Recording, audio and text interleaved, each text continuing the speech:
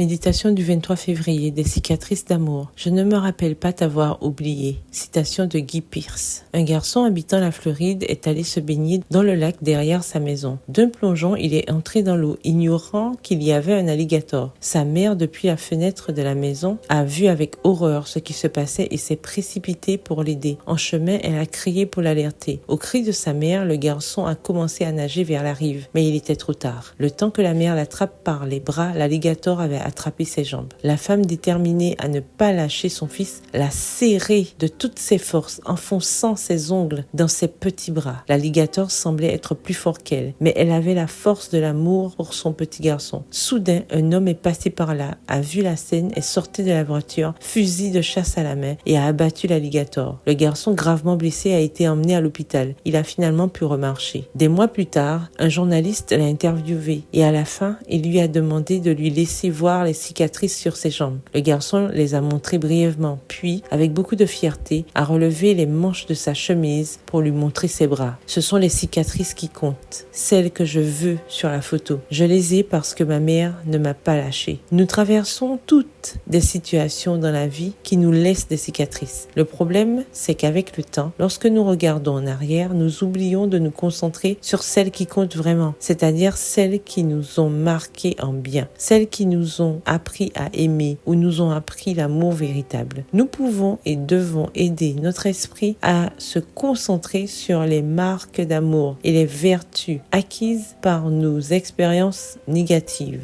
C'est grâce à elle que nous sommes ce que nous sommes aujourd'hui. Mon message de ce matin est le suivant. Ne vous inquiétez de rien, mais en toute chose, par la prière et la supplication, avec des actions de grâce, faites connaître à Dieu vos demandes. Et la paix de Dieu, qui surpasse toute intelligence, gardera vos cœurs et vos pensées en Christ Jésus. Au reste, frères, que tout ce qui est vrai, tout ce qui est honorable, tout ce qui est juste, tout ce qui est pur, tout ce qui est aimable, tout ce qui mérite l'approbation, ce qui est vertueux et digne de louange, soit l'objet de vos pensées. Philippiens 4, les versets 6 à 8. Pensez à tout ce qui vient de l'amour. Le verset du jour se trouve dans Philippiens 4, le verset 8. Que ce qui est vertueux et digne de louange soit l'objet de vos pensées. Bonne journée, que l'Éternel vous bénisse.